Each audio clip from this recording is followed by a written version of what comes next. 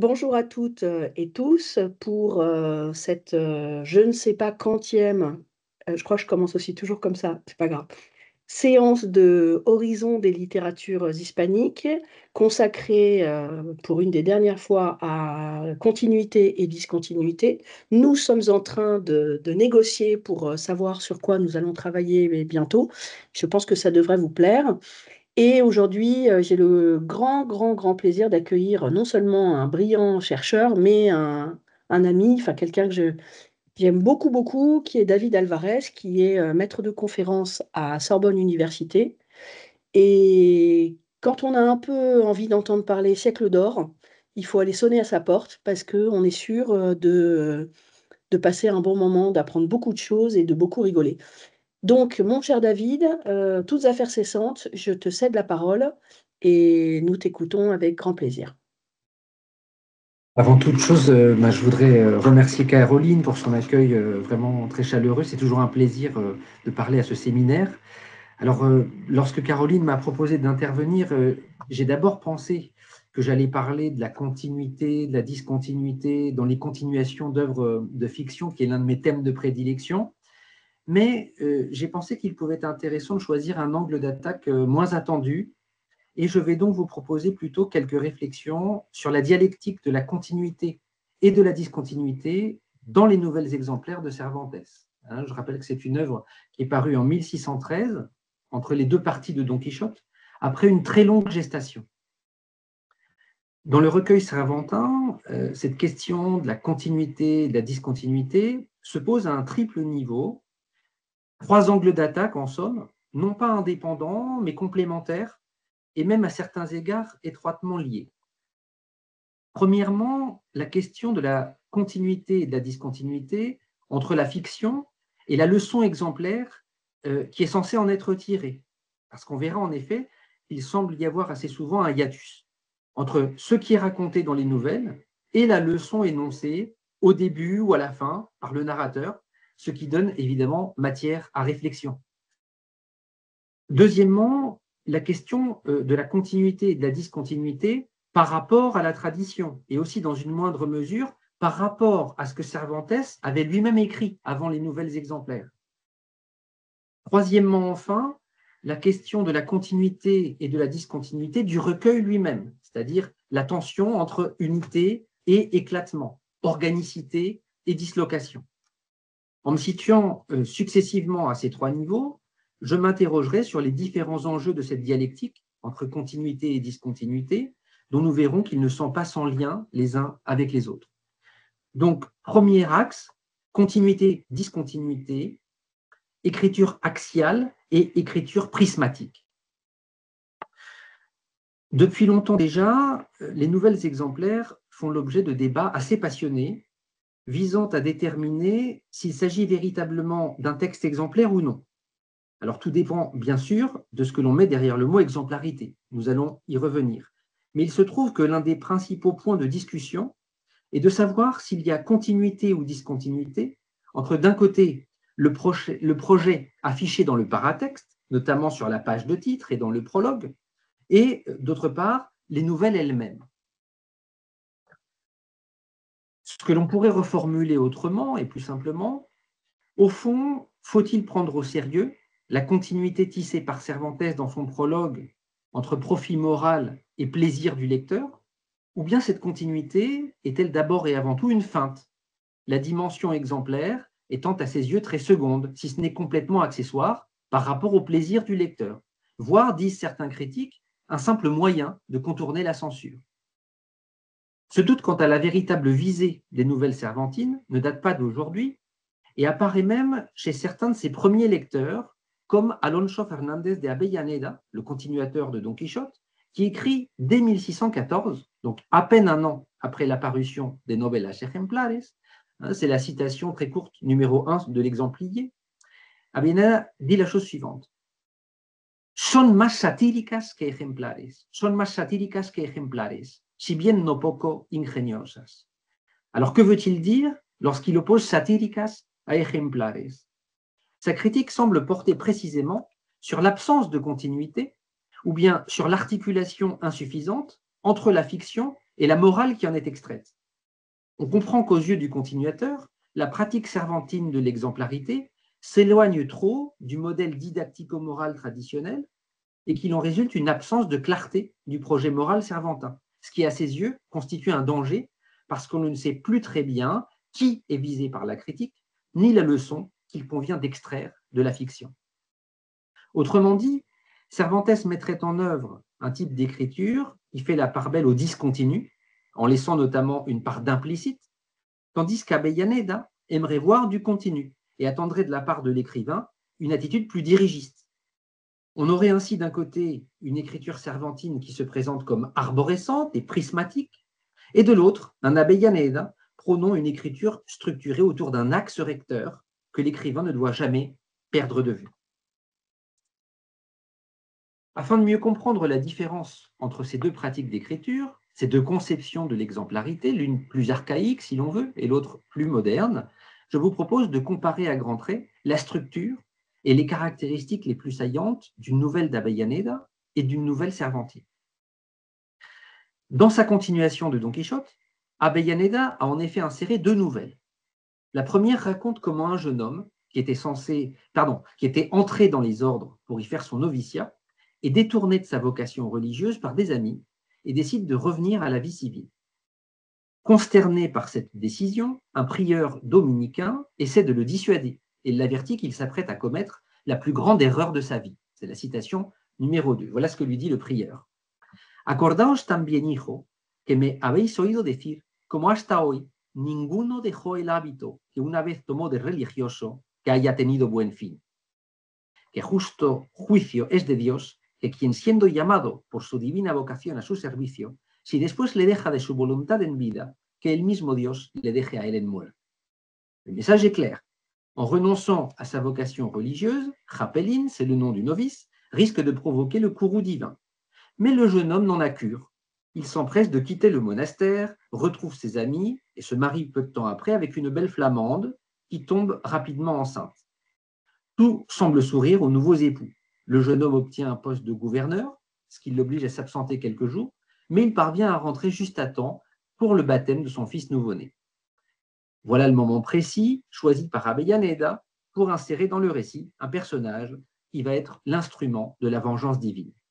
Il s'agit d'un soldat espagnol auquel Rapelin, le riche flamand, aveuglé par son bonheur, décide inopportunément d'offrir l'hospitalité. En effet, s'apercevant que les époux font chambre à part cette nuit-là, le perfide soldat espagnol en profite pour s'introduire dans la chambre de la jeune accouchée, il la viole et prend la fuite aux premières lueurs de l'aube. Lorsque la femme outragée et le mari trompé comprennent ce qui s'est passé, Rapelin prend en chasse le soldat et le massacre, mais découvre en rentrant chez lui que sa femme s'est donné la mort en se jetant dans le puits du château. En apprenant le geste désespéré de son épouse, le jeune flamand fait de même, non sans avoir auparavant fracassé le crâne de son tout jeune enfant.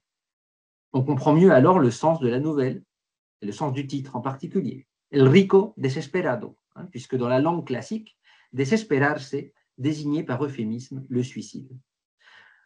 La concordance entre le titre de la nouvelle et son dénouement paraît donc indiscutable.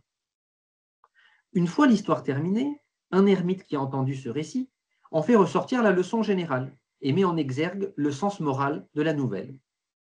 Tout cela est bien tragique, commente-t-il, mais le sage prieur du monastère l'avait bien dit. Il avait eu raison de mettre en garde le jeune homme, car on ne peut abandonner les ordres impunément. C'est la citation numéro 3.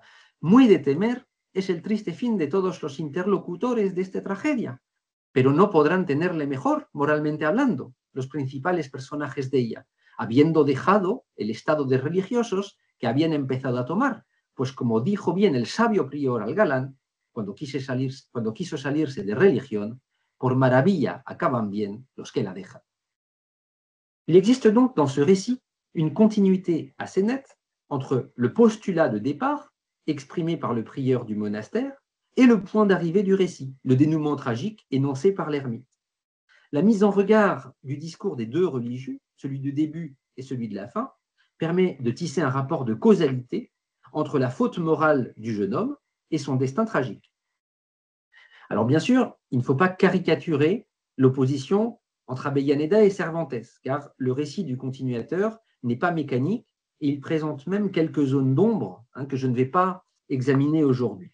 Mais ce qui me semble important, c'est que, par contraste avec la pratique d'écriture cervantine, moins axiale et linéaire, la nouvelle d'Avellaneda incarne un type d'exemplarité placé davantage sous le signe de la continuité.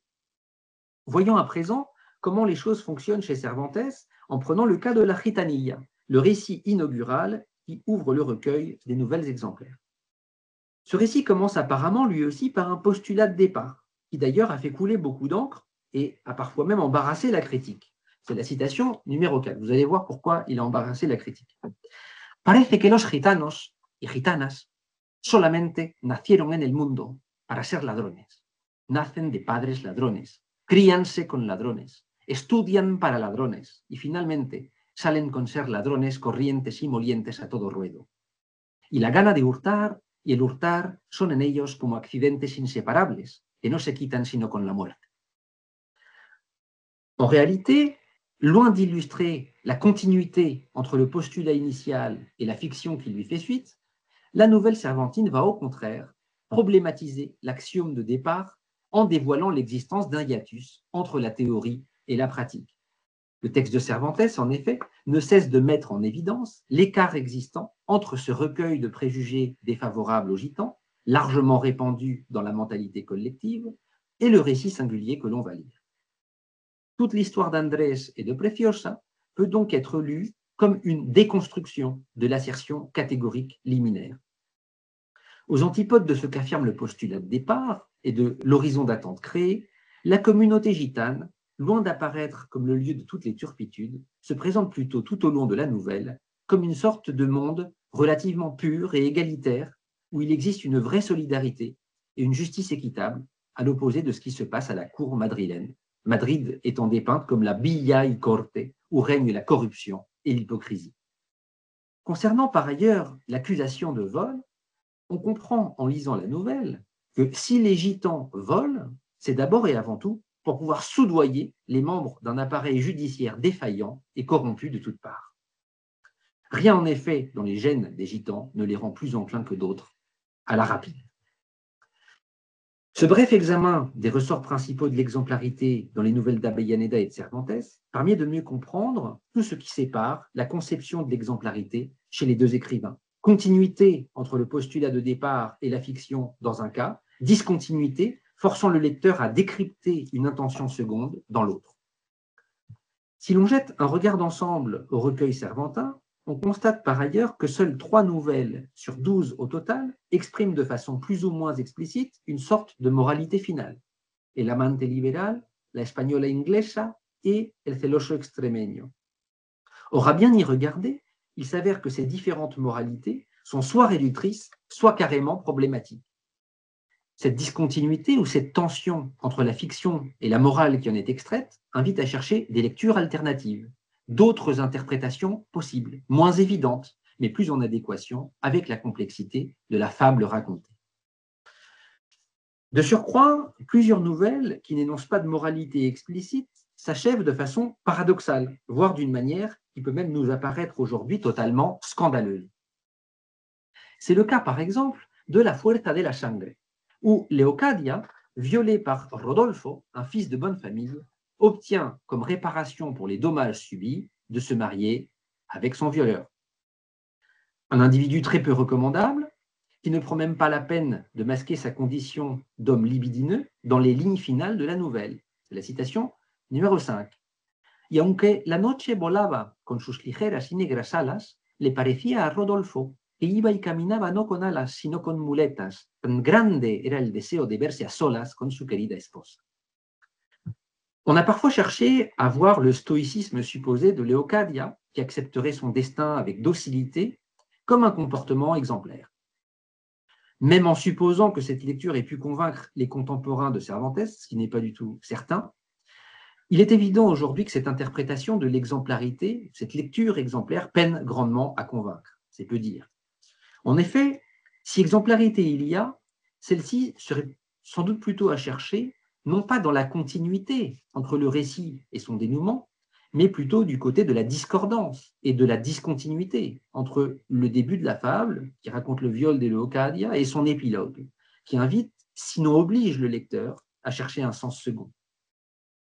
C'est ce qu'a tenté de faire récemment Isabel Lozano Renieblas, qui suggère que la nouvelle Cervantine raconterait en réalité l'histoire d'un renversement du rapport de domination, dans la mesure où, à la fin du récit, Rodolfo est victime d'une burla ourdie par Leocadia en étroite collaboration avec la mère du violeur.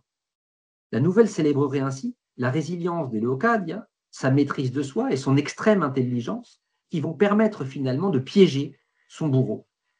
Isabel Lozano Renieblas souligne bien qu'il ne s'agit pas d'un retournement final providentiel, ce qui placerait Leocadia dans une situation de passivité, mais bien le résultat d'un habile calcul de la part de la jeune femme. En effet, le viol du crucifix dans la maison du violeur, qui servira plus tard de preuve pour le confondre, n'est pas à comprendre, selon cette critique, dans un sens religieux, mais relève d'un discreto designio suyo, comme le dit le texte de Cervantes. C'est la citation numéro 6.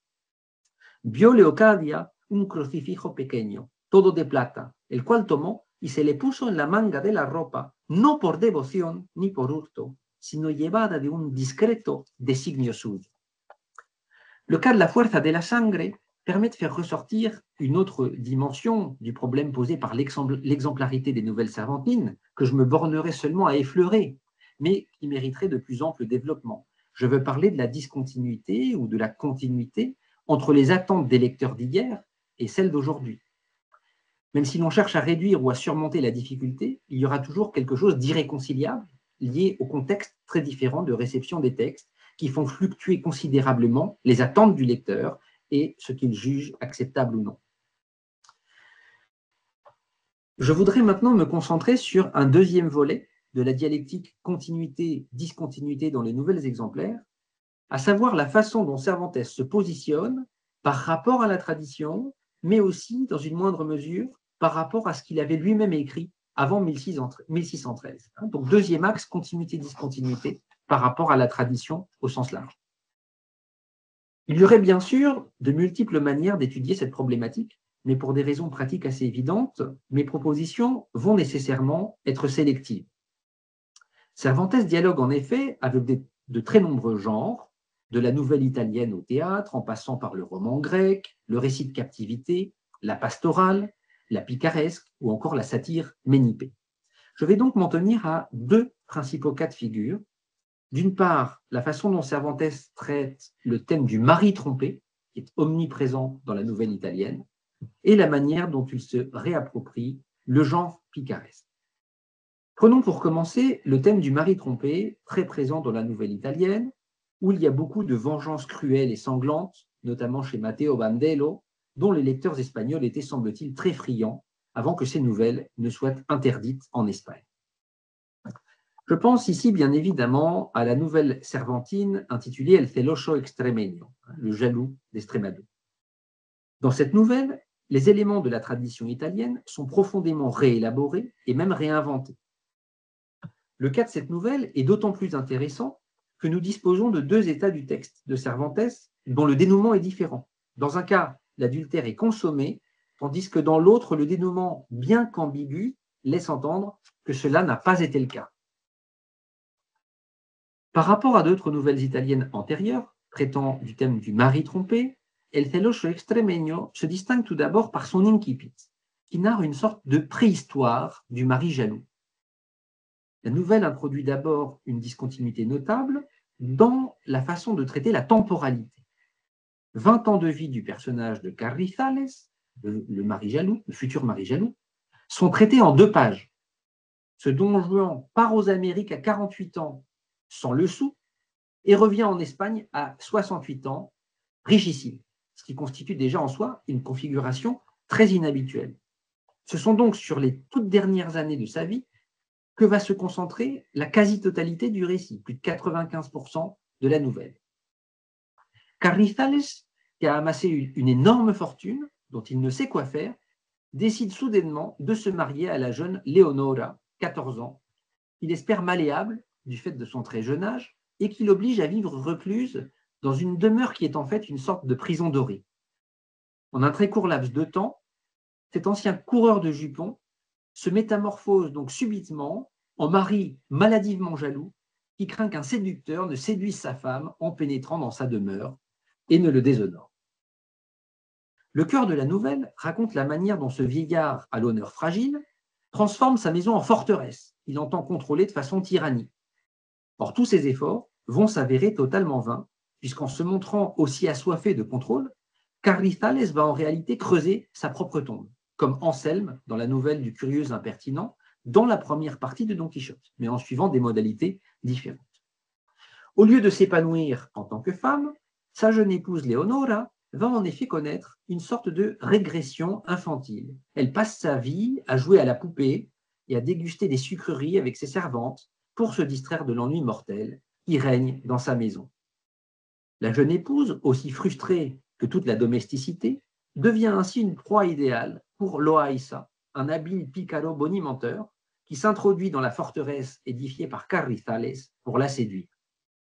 Après avoir charmé au préalable tous les domestiques avec sa guitare et sa voix mélodieuse, le picaro parvient à accéder jusqu'à la jeune Leonora suite à un parcours qui rappelle à plusieurs égards sur le mode parodique la descente d'Orphée aux enfers pour secourir Eurydice. Finalement, la vigilance du mari a donc été trompée et la dut taire consommée, du moins symboliquement. Mais Cervantes déjoue les attentes du lecteur. Il existe en effet un certain décalage entre l'horizon d'attente créé par les codes du genre de la nouvelle à l'italienne et le dénouement proposé. D'une part, parce que la vengeance du mari ne prend pas la forme attendue, ce n'est pas vraiment une vengeance, car celui-ci reconnaît qu'il a lui-même creusé sa propre tombe et minimise la faute de sa jeune épouse. Et d'autre part, parce que le narrateur insiste sur la dimension collective de la faute, dont Leonora n'a nullement le monopole. C'est la citation numéro 7. Voilà ce que dit le narrateur. Yo quedé con el deseo de llegar al fin de este suceso, ejemplo y espejo de lo poco que hay que fiar de llaves, tornos y paredes cuando queda la voluntad libre, y de lo menos que hay que confiar de verdes y pocos años, si les andan al oído exhortaciones de estas dueñas de monjil negro y tendido, y tocas blancas y luengas. Solo no sé qué fue la causa, que Leonora no puso más ahínco en disculparse y dar a entender a su celoso marido cuán limpia y sin ofensa había quedado en aquel suceso. Pero la turbación le ató la lengua y la prisa que se dio a morir su marido no dio lugar a su disculpa.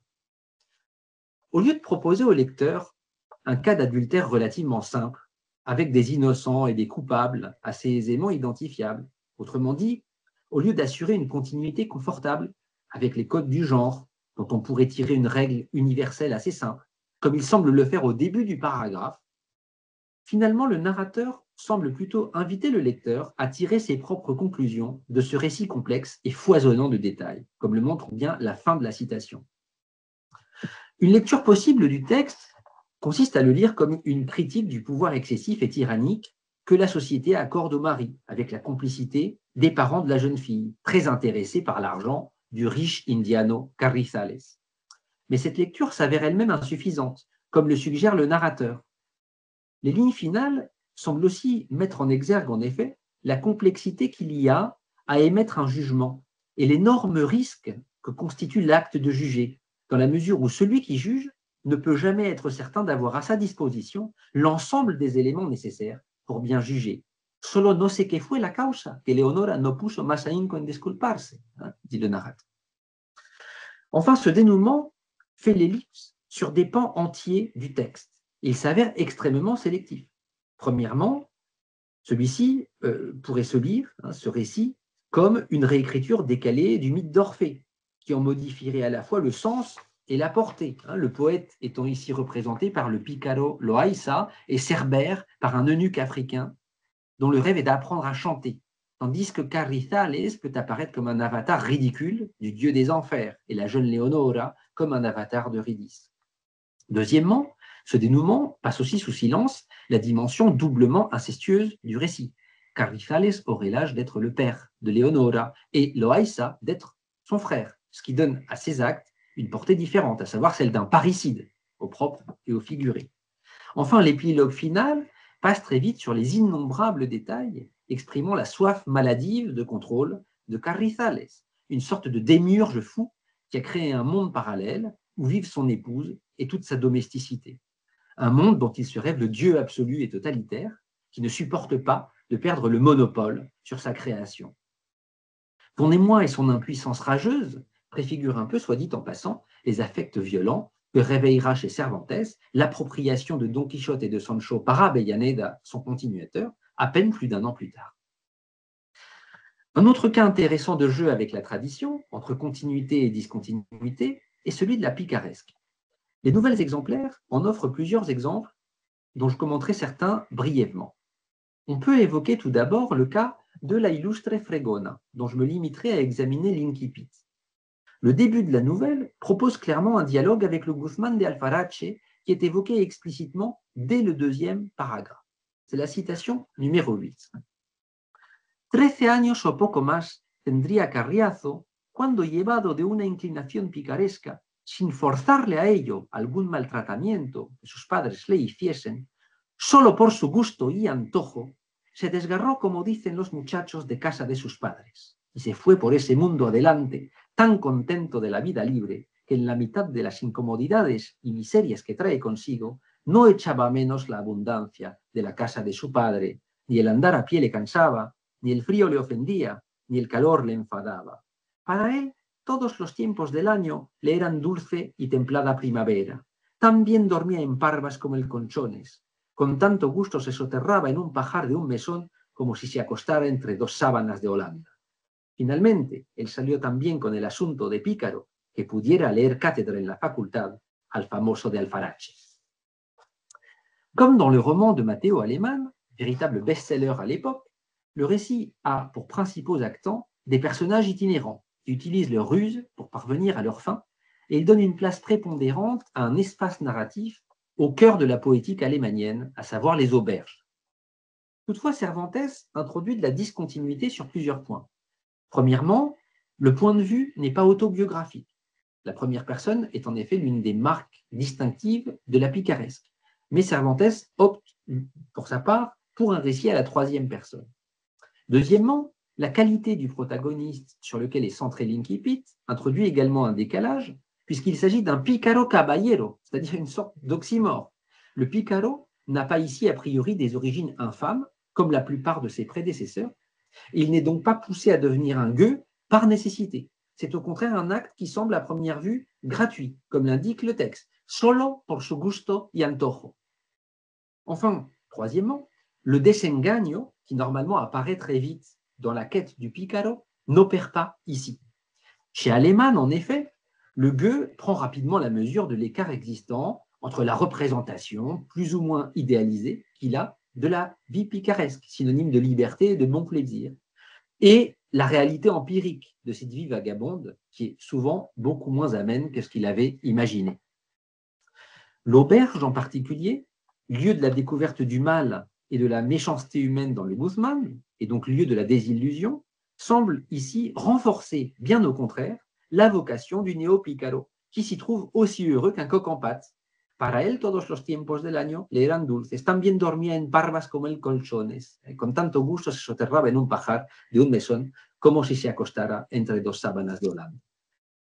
On comprend rétrospectivement, cependant, que cette discontinuité avec la picaresque est peut-être moins grande qu'il ne semble à première vue, en lisant en particulier le dénouement de la nouvelle. On apprendra ultérieurement, en effet, dans les pages finales du récit, que ce fils de bonne famille est aussi en réalité le fils d'un violeur, et que Costanza, la illustre Fregona, dont il s'était pris au cours de ses aventures picaresques, est en réalité sa demi-sœur. Avec le recul, on pourrait donc relire cette appétence vers la vie picaresque, de prime abord inexplicable pour un gentilhomme, comme une sorte de résultante du mauvais sang qui coule dans ses veines. Finalement, Cervantes rejoindrait ici Matteo Aleman plus qu'il n'y paraît à première vue. Aleman qui insiste sur l'hérédité paternelle qui contribue à pousser Guzmán vers le vice. Cette nouvelle pose donc en des termes singuliers le problème de la continuité et de la discontinuité, et donc de la filiation à deux niveaux complémentaires, biologique et littéraire. Elle se présente initialement comme une tentative de se soustraire à l'autorité paternelle et à la tradition alémanienne, mais elle dévoile aussi parallèlement des liens cachés et des causalités mystérieuses qui parfois viennent limiter, voire entraver, ce double processus d'émancipation. J'irai plus vite, faute de temps, sur le second cas de dialogue avec la picaresque que je souhaiterais développer. Rinconete y Cortadillo. Comme la illustre Fregona, la nouvelle intitulée Rinconete y Cortadillo n'est pas centrée sur un seul protagoniste, mais elle met en lumière un duo de pícaros. Elle met en scène un duo de pícaros. Cette configuration peut rappeler dans une certaine mesure le duo formé par Guzmán et Saavedra dans une assez longue séquence narrative de la seconde partie du Guzmán de Alfarache de Matteo Alemán, paru en 1604. À la différence de ce qui se produit dans la Illustre Fregona, cette fois l'écart entre la vie picaresque rêvée, fantasmée, et la vie picaresque vécue apparaît au grand jour assez rapidement. En effet, après une assez courte période d'euphorie, où les deux compères qui s'associent pour devenir des pícaros se prennent pour de grands voleurs et jouissent de façon éphémère de la liberté qu'offre ce mode de vie vagabond, ils déchantent en arrivant à Séville, où ils doivent se plier strictement aux règles quasi bureaucratiques de la pègre sévillane, régie par le personnage haut en couleur de Monipodio, qui, comme son nom l'indique, veut contrôler, comme s'il détenait une sorte de monopole sur tous les vols commis dans la capitale andalouse. Les grands voleurs en devenir que rêvaient d'être Rincón et Cortado se trouvent en fait infantilisés et se font vertement sermonner dès qu'ils s'écartent d'un cheveu des règles édictées par ce nouveau père tyrannique, comme le montre bien le célèbre épisode de la Bolsilla de Ámbar, dérobé fautivement par Cortado dans une zone qui ne relevait pas de sa juridiction. À bien y regarder, cet échec était en quelque sorte déjà inscrit dans les noms des protagonistes. Rincón et Cortado rêvaient de grandeur, mais les noms qu'ils adoptent en devenant des pícaros semblent plutôt annoncer un amoindrissement de leur être, puisque ceux-ci accolent des diminutifs à leur nom d'origine. Rincón et Cortado se muent en effet respectivement, de manière très ironique, en Rinconete y Cortadillo, autant dire petite frappe et second couteau. Cependant, une fois encore, la nouvelle Cervantine ne fonctionne pas comme une démonstration linéaire. Elle prend des détours et laisse une part importante à l'implicite, tout en suggérant néanmoins que les pratiques frauduleuses des mafieux réunis autour de Monipodio ne sont peut-être pas si éloignées au fond de l'hypocrisie et de la fraude généralisée qui règnent dans l'ensemble de la société. Il y aurait en somme dans leur inconduite non pas une différence de nature, mais seulement de degré. Un dernier point mérite d'être commenté pour ce qui a trait à la continuité et à la discontinuité de cette nouvelle. Du point de vue de sa structure, celle-ci débute in medias res, dans une auberge, et se termine tout aussi abruptement dans la capitale andalouse. En réalité, il n'y a pas vraiment de début ni de fin, et encore moins de moralité claire. On sait simplement à la fin que l'un des deux pícaros envisage de quitter la pègre sévillane, et donc probablement la vie picaresque, tandis que le sort de l'autre reste indéterminé.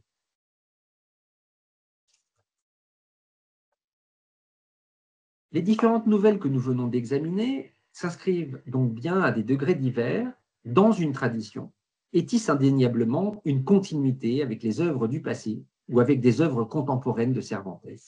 Mais les nouvelles Cervantines revendiquent aussi parallèlement des écarts, des renversements, une non-conformité structurelle par rapport au code générique précédent, c'est-à-dire une discontinuité multiforme, sans cesse thématisée et problématisée, au point de devenir l'une des clés du récit et même de la poétique cervantine. Je vous propose à présent d'examiner la dialectique de la continuité et de la discontinuité sous un troisième et dernier angle, à savoir la question de la structure du recueil.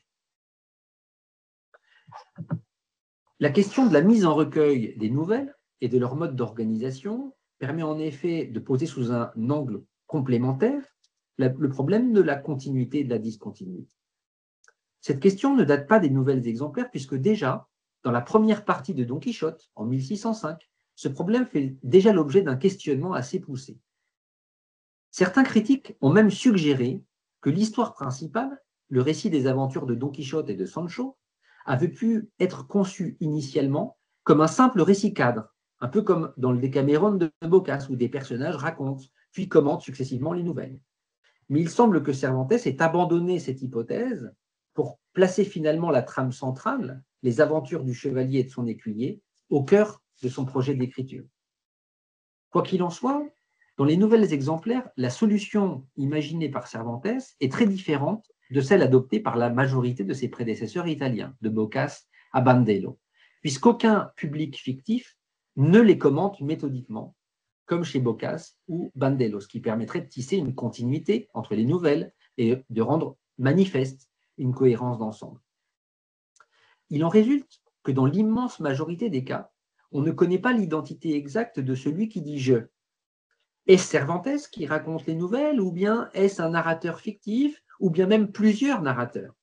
Cette question n'est pas clairement tranchée, et cela a pour effet une ouverture du sens, une grande disponibilité des textes à l'interprétation, puisqu'une grande latitude est laissée au lecteur pour construire lui-même les liens qui lui semblent pertinents entre les différentes nouvelles du recueil. Cette autonomie des différents récits par rapport aux autres connaît toutefois une exception, dans la mesure où les deux derniers textes du recueil, le mariage trompeur et le colloque des chiens, ont la particularité d'être enchâssés. À la fin du mariage trompeur, le soldat Campuzano se présente en effet comme l'auteur du dernier récit. En effet, le colloque des chiens, qui raconte le dialogue entre deux dogues, inexplicablement doués de paroles, est censé avoir été entendu par Campuzano pendant une nuit d'insomnie à l'hôpital de Valladolid, pendant que des soins lui étaient administrés pour le traiter de la syphilis. En guise de boussole face à cette singulière disposition d'ensemble du recueil, et afin de parvenir éventuellement à décrypter le sens, le lecteur dispose néanmoins d'un certain nombre d'indications fournies par Cervantes dans son prologue. Celui-ci y explique en effet son projet d'écriture et donne une sorte de mode d'emploi pour lire les 12 récits qui le composent. Or, dans cette pièce clé du paratexte, la tension entre continuité et discontinuité apparaît d'emblée comme un élément structurant de l'œuvre. Tout d'abord, comme l'ont remarqué plusieurs critiques, cette tension entre continuité et discontinuité se manifeste à travers le portrait en creux que Cervantes brosse de lui-même. L'auteur donne ce portrait de nature fragmentaire, faute, dit-il, d'avoir à sa disposition un tableau ou une gravure pour le représenter. En tant que figure de l'auteur, Cervantes est censé être le garant de la cohérence et de l'unité de l'œuvre. Mais il se trouve que l'image de ce garant est constituée par une énumération des différentes parties disjointes de son corps, présentées de surcroît non sans une certaine ironie, comme Décati. C'est la citation numéro 9. Este que veis aquí, de rostro aguileño, de cabello castaño, frente lisa y desembarazada, de alegres ojos y de nariz corva, aunque bien proporcionada, las barbas de plata, que no a 20 años que fueron de oro, los bigotes grandes, la boca pequeña, los dientes ni menudos ni crecidos, porque no tiene sino 6, y estos mal acondicionados y peor puestos, porque no tienen correspondencia los unos con los otros. El cuerpo entre dos extremos, ni grande ni pequeño, la color viva, antes blanca que morena, algo cargado de espaldas y no muy ligero de pies. Plus loin, Cervantes utilise par ailleurs deux images singulières pour parler de ces nouvelles, qui expriment elles aussi la tension entre continuité et discontinuité. D'un côté, la pepitoria, c'est-à-dire la fricassée, et de l'autre, la mesa de trucos, une sorte d'ancêtre du jeu de billard. L'expression « en ningún caso podrás hacer pepitoria » est profondément ambiguë, puisqu'elle suggère la discontinuité du recueil tout en la niant. D'estas novelas que te ofrezco, en ningún caso podrás hacer pepitoria, porque no tienen pies, ni cabeza, ni entrañas, ni cosa que se les parezca. Telle qu'elle est employée dans le prologue, cette expression dit donc tout à la fois la continuité et la discontinuité, une ambivalence que dit aussi la phrase suivante, censée expliciter le sens du titre même du recueil. Él es dado el nombre de ejemplares, y si bien lo miras, no hay ninguna de quien no se pueda sacar un ejemplo provechoso, así de todas juntas como de cada una de por sí. Cervantes semble donc suggérer que chacune de ces nouvelles peut être lue de manière indépendante, mais que le recueil peut aussi être envisagé comme un tout indissociable. L'autre image célèbre utilisée par l'auteur pour parler de ces nouvelles et la fameuse mesa de trucos, donde cada uno puede llegar a entretenerse sin daño de barras. Cette analogie entre la lecture des nouvelles et un jeu semble elle aussi suggérer la possibilité, au sein d'un cadre délimité, la table de billard, de procéder à une pluralité de combinaisons possibles. Il s'agit bien, remarquons-le, d'un art de combiner et d'associer librement entre eux des éléments autonomes, même si ce jeu est néanmoins régi par certaines lois, comme le respect de la décence, sin daño de barras. La lecture du recueil est donc conçue comme un exercice impliquant une certaine discontinuité et non comme un exercice linéaire, uniformément continu. Toutefois, cette dialectique de la continuité et de la discontinuité ne se limite pas au prologue lui-même, mais affecte aussi le lien entre le prologue, en quelque sorte la tête du recueil, et ses différentes parties, les 12 nouvelles. Il existe notamment une discordance ou discontinuité assez frappante entre, d'une part, ce qu'affirme avec force cette pièce maîtresse du paratexte, et d'autre part, les allégations péremptoires qui ouvrent la nouvelle inaugurale, c'est-à-dire la Gitanilla. À la fin de son prologue, Cervantes insiste en effet sur le fait que ces nouvelles ne sont, je cite, ni imitadas ni hurtadas, c'est-à-dire qu'il insiste sur leur profonde originalité, dirait-on aujourd'hui.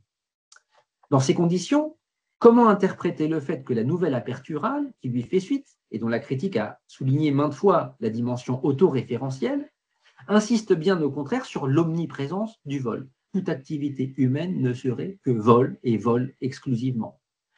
D'un côté, voici ce que Cervantes dit dans son prologue, c'est la citation numéro 10. Yo soy el primero que he novelado en lengua castellana, que las muchas novelas que en ella andan impresas, todas son traducidas de lenguas extranjeras, y estas son mías propias, no imitadas ni hurtadas. D'un autre côté, voilà ce que dit l'incipit de la nouvelle inaugurale, c'est la citation numéro 4. Parece que los gitanos y gitanas, c'est celle que j'ai lue tout à l'heure, solamente nacieron en el mundo para ser ladrones, nacen de padres ladrones, críanse con ser ladrones, estudian para ser ladrones y finalmente salen con ser ladrones corrientes y molientes. Ce hiatus entre ce qu'affirme la fin du prologue et le début de la Gitanilla pourrait être interprété comme une incitation à réfléchir sur la nature véritable de l'acte de création littéraire, ou mieux, une invitation à envisager l'acte de création sous deux aspects dialectiquement complémentaires, à la fois comme saut qualitatif, marquant une discontinuité par rapport à la tradition, et comme réécriture qui masque habilement les points de suture avec ce qui précède, pour proposer un artefact marqué au sceau de la nouveauté. Toute la nouvelle de la Gitanilla, et son incipit en particulier, peuvent en effet se lire sous un angle métalittéraire. Cette histoire d'enfant volé, que la vieille gitane dérobe sans être vue, déguise, éduque et transforme afin d'en faire son gagne-pain, pourrait bien renvoyer au travail de l'écrivain, ou en tout cas incarner une certaine conception de la création. Comme l'ont remarqué plusieurs critiques, notamment Michel Lafon, Preciosa porte un prénom polysémique qui dit à la fois la beauté et la valeur. En outre, sa grâce et son élégance superlative en font aussi une sorte d'allégorie de la poésie. La vieille gitane, quant à elle, a des qualités démiurgiques indéniables, de même que la transgressive Canizares, la sorcière du colloque des chiens. Ainsi, la grand-mère adoptive de la petite gitane pourrait bien incarner une certaine catégorie de créateurs qui aspirent à vivre de sa plume. En somme, une sorte de double de Cervantes, qui se décrit lui-même comme un vieillard dans son prologue, et qui, à la différence des écrivains de souche aristocratique, est contraint de se préoccuper de la dimension économique de sa création. À l'inverse, Andrés, d'ascendance noble, qui ne veut pas que Preciosa, à la fois femme aimée et image de l'œuvre poétique, aille de main en main, sous peine d'être souillée, cet Andrés pourrait incarner pour sa part une conception plus aristocratique et aussi plus traditionnelle ou conservatrice de l'art et de la création. La dialectique de la continuité et de la discontinuité s'exprime également à un troisième niveau par le biais d'un double miroitement entre cette nouvelle inaugurale et la double nouvelle finale, comme l'a bien montré Cléa Gerber. La mise en regard du premier texte du recueil avec les deux derniers semble en effet offrir une clé de compréhension essentielle pour mieux cerner l'architecture d'ensemble des nouvelles exemplaires, qui sont placés sous le double signe de la discontinuité et de la continuité, de l'éclatement et de l'unité. La mise en miroir du début et de la fin du recueil semble en effet dévoiler une évolution de l'œuvre vers un desengaño de plus en plus profond. Le recueil proposerait ainsi une sorte de cheminement vers le désabusement, non pas de manière parfaitement linéaire, mais d'une façon perceptible néanmoins, si l'on observe l'évolution globale, c'est-à-dire ce vers quoi tendent de plus en plus les fictions successives. Il suffit pour prendre la mesure de ce phénomène de comparer le couple initial et le couple final. À la pureté et à la fécondité du couple Preciosa-Andrés, dans la première nouvelle, semble s'opposer ou répondre la noirceur et la stérilité du couple final, Campuzano et Stefania, dans l'avant-dernière nouvelle. Andrés, gentilhomme de bonne famille, abandonne ses privilèges nobiliaires et suit une sorte de noviciat en devenant gitan pour mériter Preciosa. Comme nous l'avons vu précédemment, alors que le monde madrilène est en grande partie hypocrite et corrompu, le monde gitan demeure une sorte d'Arcadie teintée d'idéal, fût-elle imparfaite. Or, il n'y a plus rien de tel dans l'avant-dernière nouvelle, où Campuzano et Stefania s'unissent en étant d'emblée persuadés tous les deux d'escroquer leur partenaire, dans un acte prémédité qui n'a rien de gratuit et encore moins d'idéal. L'avant-dernière nouvelle raconte en effet une double histoire d'arroseur arrosé, une escroquerie réciproque au terme de laquelle les deux protagonistes finissent l'un et l'autre bernés, puisque Stéphanie a réussi à dérober à son mari un bijou qui s'avère finalement être un faux, et que Campuzano ne conserve en guise d'unique trophée que la syphilis que son ex-conquête lui a laissée en souvenir. Un profond pessimisme semble également se dégager à première vue du colloque des chiens, puisque la dernière nouvelle dévoile méthodiquement la corruption généralisée à tous les étages de la société, représentée par les différents maîtres du chien Berganza. En effet, aucun d'entre eux ne semble échapper au vice qui caractérise aussi bien les riches favorisés et les personnages bien intégrés dans le système, comme le marchand ou le sergent, que les exclus, comme le tambour ou le morisque. Dans la nouvelle finale, même les gitans, épargnés dans la nouvelle initiale, même ces gitans apparaissent désormais sous un jour très défavorable. Toutefois, cette lecture pessimiste du double dénouement du recueil demande sans doute à être nuancée pour deux raisons à la fois distinctes et complémentaires.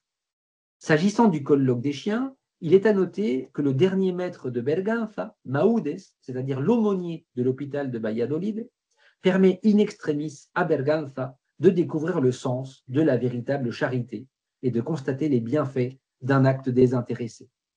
Après avoir été l'observateur médusé, puis désabusé de toutes les turpitudes imaginables, le chien doué de parole semble donc terminer son récit en introduisant une lueur d'espoir. Après tout, peut-être le chien devait-il faire l'expérience du mal en long et en large avant de pouvoir apprécier à sa juste valeur un acte de charité authentique. Voilà pour la dimension morale de la fin du texte. Quant à la stérilité du couple formé par Campuzano et Stefania, sans descendance et marquée du sceau du discontinu, peut-être n'est-elle pas aussi complète qu'il paraît à première vue si l'on se situe cette fois sur un plan métapoétique. Comme l'a finement suggéré Cléa Gerber, alors qu'il semble précisément avoir touché le fond de l'abîme, il semble complètement détruit aussi bien par la syphilis que par les traitements qui lui sont administrés, le malade Campuzano accouche d'une fiction éminemment singulière, le colloque des chiens, qu'il prétend avoir simplement entendu et consigné par écrit pendant une insomnie, mais qui est inévitablement le fruit de son imagination, à moins que les chiens parlants n'existent vraiment. Redoublant le jeu de miroir entre la gitanilla et la double nouvelle finale, il existe donc également un autre type de jeu spéculaire possible, lui aussi facteur d'unité, entre le prologue et l'avant-dernière nouvelle. Le soldat Campuzano, créateur exsangue et malade, pourrait en effet être interprété comme une sorte d'image ou de double du Cervantes du prologue, ancien soldat lui aussi, qui se présente comme vieux et stérile, mais qui accouche d'un recueil on ne peut plus fécond. On le voit bien, en dépit de l'absence de récit cadre, ces différents jeux de miroir, ajoutés à la portée métalittéraire de nombre de nouvelles, opèrent comme des éléments structurants, même si une étude systématique de ces phénomènes complexes reste à mener, et même si les mystères que recèlent les nouvelles exemplaires restent encore très nombreux. En guise de conclusion, je rappellerai simplement que la dialectique de la continuité et de la discontinuité fonctionne dans les nouvelles exemplaires à 3 niveaux complémentaires. Premièrement, comme ressort permettant de renouveler la relation entre fiction et enseignement moral. S'éloignant d'une conception didactico-morale de l'exemplarité, de facture traditionnelle, Cervantes sollicite l'intelligence et la participation active de son lecteur. La discontinuité, qui peut prendre des formes très variées, incluant les ellipses, les silences du narrateur, les contradictions, les paradoxes, est une façon d'impliquer le récepteur de l'œuvre pour l'inviter à participer à l'élaboration de la leçon exemplaire, qui n'est jamais donnée a priori, mais toujours à construire. Les nouvelles Cervantines, en effet, ne sont pas l'illustration d'une morale qui leur serait extérieure, mais leur sens éthique doit être déduit, au contraire, de chacun des cas singuliers qu'elles explorent. Deuxièmement, la réécriture de la nouvelle à l'italienne et de la picaresque illustre à un autre niveau la dialectique de la continuité et de la discontinuité. S'inspirant à la fois de la tradition et des genres récemment mis à la mode, Cervantes les réinvestit en leur insufflant un sens nouveau. La nouvelle italienne, qui avait mauvaise presse et était souvent jugée trop sulfureuse, voire immorale par les autorités religieuses, devient un outil d'exploration du monde, en particulier des marges, en même temps qu'elle opère un processus de décentrement vers le monde des gitans, le monde musulman, le monde des crypto-catholiques en Angleterre, le monde de la pègre sévillane, mais aussi vers certaines tranches d'âge, comme l'adolescence, explorée dans Las dos doncellas, ou la vieillesse, dans El celoso extremeño. Dans ce dernier récit, comme dans El licenciado Vidriera ou Le colloque des chiens, la nouvelle se mue aussi en moyen d'interroger certaines pathologies humaines, comme la jalousie maladive de Carrizales, que ces manies si singulières éloignent du type traditionnel du vieux barbon jaloux. À moins que la fiction ne serve de prétexte pour interroger les conséquences du refoulement du désir chez Vidriera, ou encore pour examiner l'étrange pathologie dont est affectée la Cañizares, la sorcière ou supposait-elle, qui s'avère surtout être une pauvre femme, présentant tous les symptômes d'une addiction au mal, au sens physique et métaphysique. Enfin, à un dernier niveau, la dialectique continuité-discontinuité, thématisée dès le prologue, s'exprime au niveau de l'architecture d'ensemble du recueil. L'absence de portrait de l'auteur, remplacée par une description fragmentaire, l'image de la fricassée, la pepitoria et du jeu de billard, exprime dès le paratexte cette tension entre unité et dislocation. Néanmoins, le double enchâssement final, ainsi que les multiples jeux de miroirs, sans doute encore insuffisamment analysés, semblent corroborer l'existence d'une double lecture possible des nouvelles, prises séparément ou bien lues comme un ensemble indissociable, dont il est possible d'extraire un sens, así de todas juntas, como de cada una de por sí, comme le propose Cervantes lui-même. Je vous remercie de votre attention. Merci.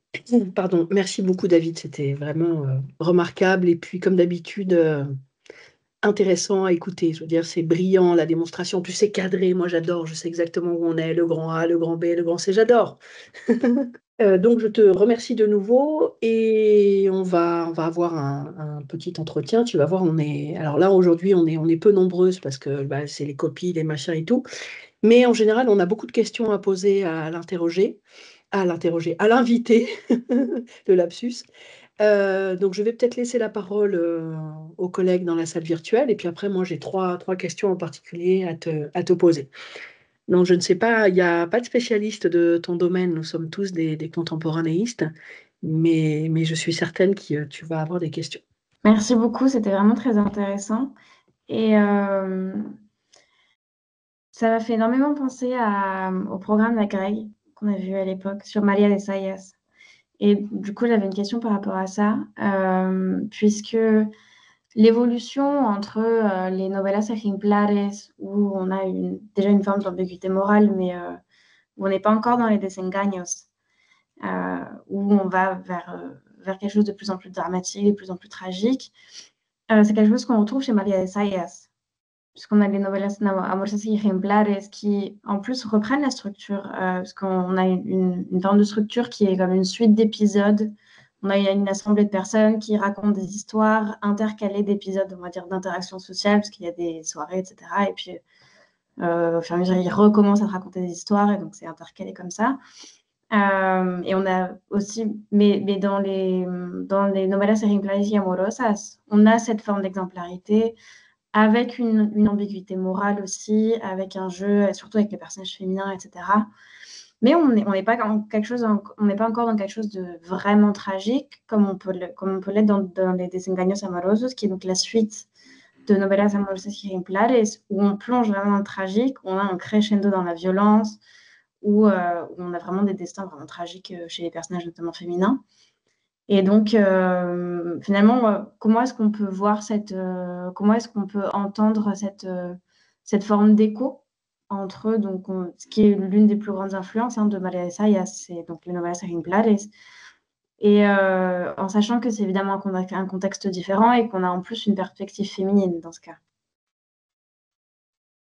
Merci. Oui. Alors, oui, je vais essayer de répondre, bien que ma lecture des nouvelles de Maria de Zayas soit un peu lointaine, mais disons que chez l'ensemble des auteurs, comment dire, de l'époque, que ce soit María de Zayas, Cervantes, il y a les nouvelles de Lope de Vega, il y a la nouvelle d'Avellaneda, dont j'ai parlé tout à l'heure, il y a une réflexion sur l'exemplarité, mais je pense qu'il y a un peu deux courants différents.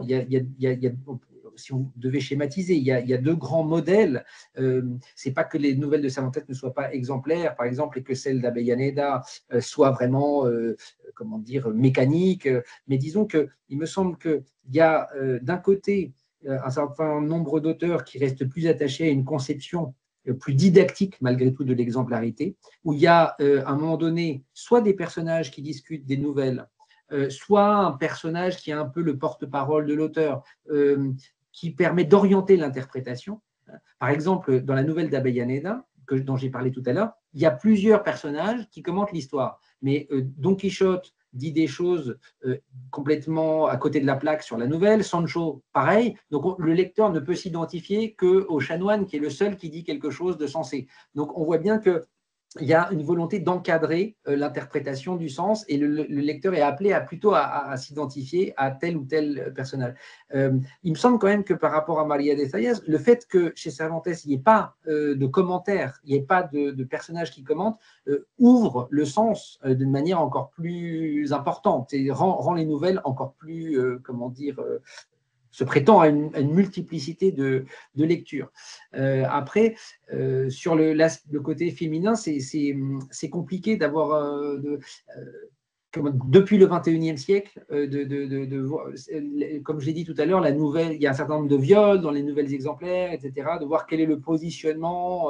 Alors, c'est difficile de ne pas tomber dans l'anachronisme, mais je pense que il y a aussi une volonté chez Cervantes de problématiser, de montrer comment dire, dans le cas notamment de la fuerza de la sangre, une volonté quand même de problématiser, de raconter un récit qui ne soit pas un récit, faire en sorte que le Leocadia ne soit pas une nouvelle Lucrèce. Donc cette dimension tragique, elle me semble moins présente dans les nouvelles exemplaires. J'ai l'impression quand même que les nouvelles tragiques se prêtent plus à une leçon exemplaire. Il se passe quelque chose de terrible et on va analyser soit les mauvais choix qui ont été faits à un moment donné par les personnages. Donc, moi, tel que je le conçois, j'ai l'impression quand même que les nouvelles de Maria de Zayas se rattachent, par contraste avec Cervantes, malgré tout, plus à un didactisme plus traditionnel, une exemplarité de facture plus traditionnelle, alors que le fait que Cervantes, finalement, résiste à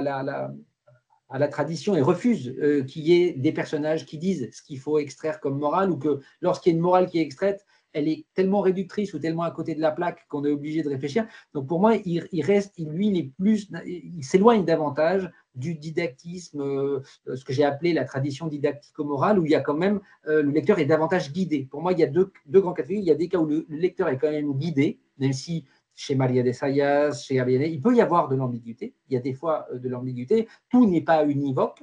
Il y a des éléments de réversibilité, mais il y a quand même le lecteur est guidé dans sa réception du texte. Alors que, pour moi, ce que fait Cervantes se rapproche plus de notre sensibilité, au sens où, comme dans le Quichotte d'ailleurs, les instances narratives se mettent en retrait. Dans le Quichotte, le narrateur est complètement défaillant.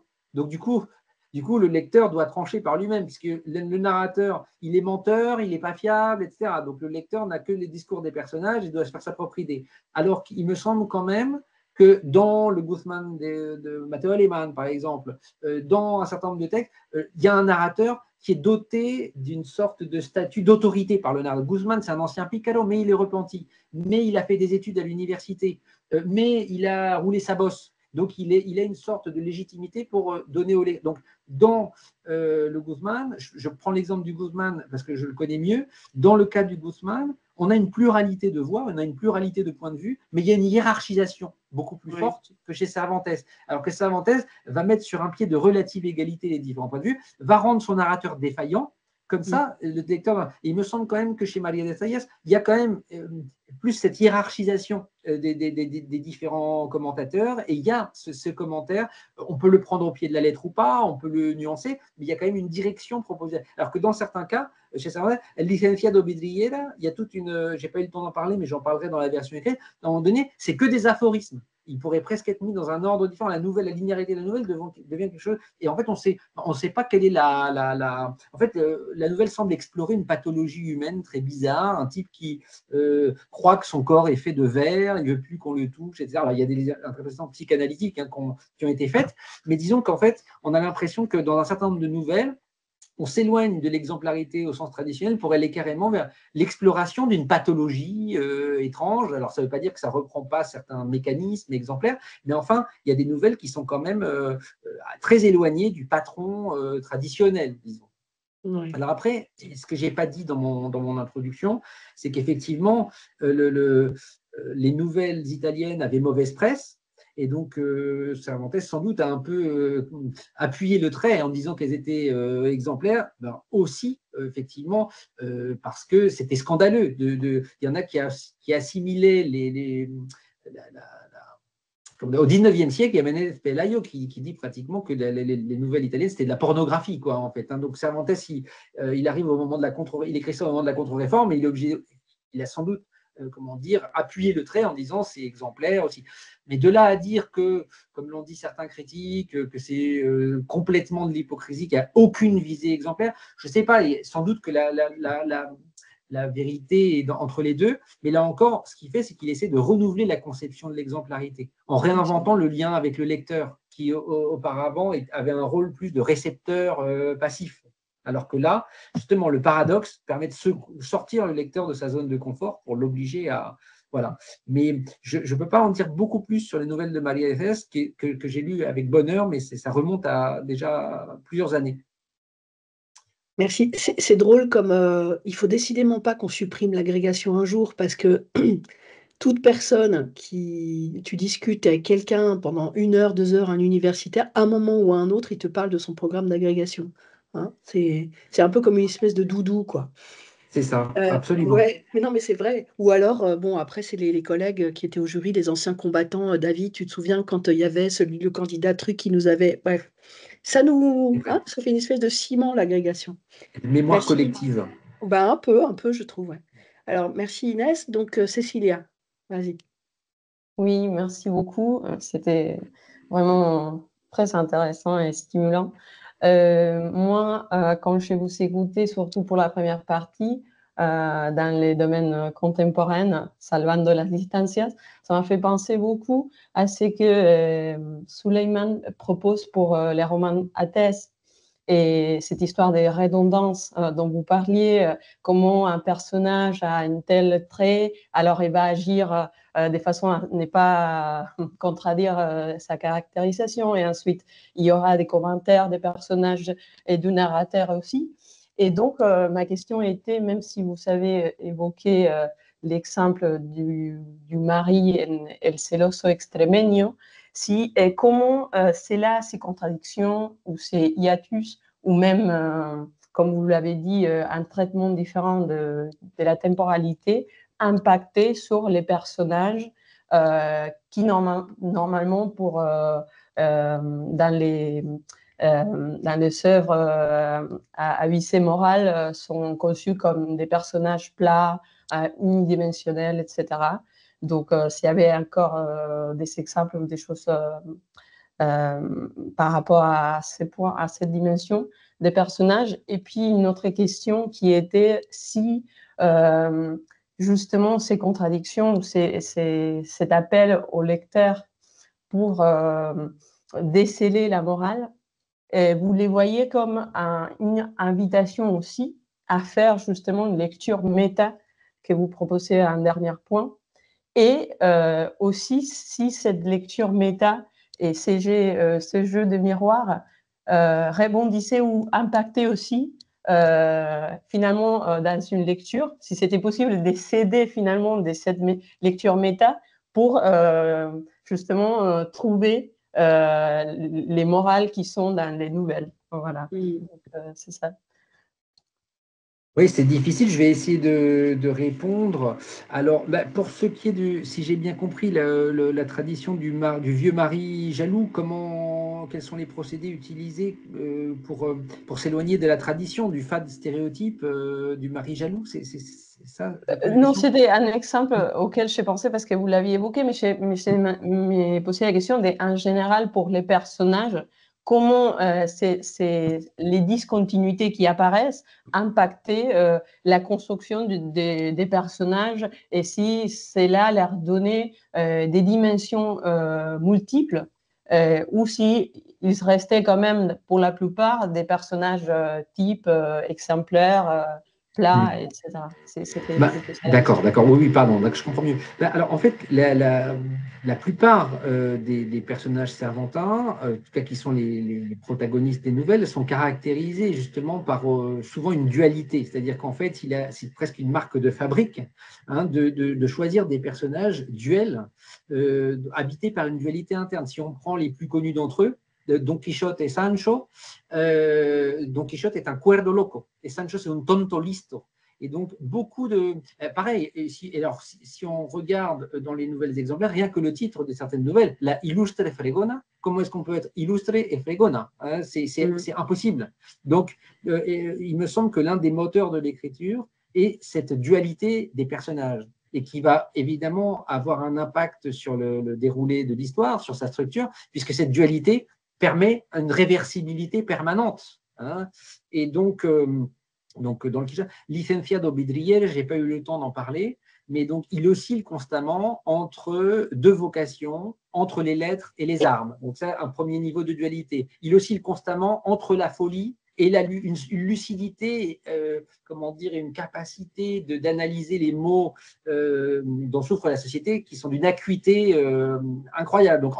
Donc, il me semble que vraiment cette dualité des personnages est un moteur de l'écriture et contribue grandement effectivement à renouveler le mode d'exemplarité proposé. Parce que le personnage n'est pas enfermé de manière définitive dans une identité. Et il y a un indice très simple qui permet de l'illustrer, c'est que beaucoup de personnages ont plusieurs noms. Donc, il y a une très célèbre étude de Léo Spitzer là-dessus, sur les noms de personnages savantins. En fait, il remarque que la plupart des personnages ont différents noms, ils n'ont pas un seul nom. Et donc, Bidrier, là, par exemple, il a 3 noms dans les nouvelles exemplaires. Au début, il ne se souvient pas de son nom. Il se fait appeler Tomás Rodaja. Après, il se fait appeler Licenciado Bidrier. Et à la fin, il se transforme en Tomás Rueda. Donc, il a au moins 3 noms différents qui correspondent à trois identités. Bon, donc, ça, c'est pour le premier point. Alors ensuite, sur l'appel au lecteur, je ne sais plus ce que vous m'aviez demandé, comme il y avait plusieurs questions, vous voulez bien juste me redire? Oui, je suis désolée. C'était des questions par rapport à ça, c'est des dimensions morales et métalittéraires. Oui. Si vous considérez que ces contradictions, discontinuités qui invitaient les lecteurs à réfléchir sur la morale étaient ou pourraient se considérer aussi une invitation à faire une lecture méta. Et si, dernier point, cette lecture méta possible des jeux des miroirs, etc., avait un impact sur les morales finalement qu'on pouvait retenir ou pas pour les nouvelles. C'est-à-dire s'il y avait un jeu de va-et-vient entre ces deux dimensions de lecture.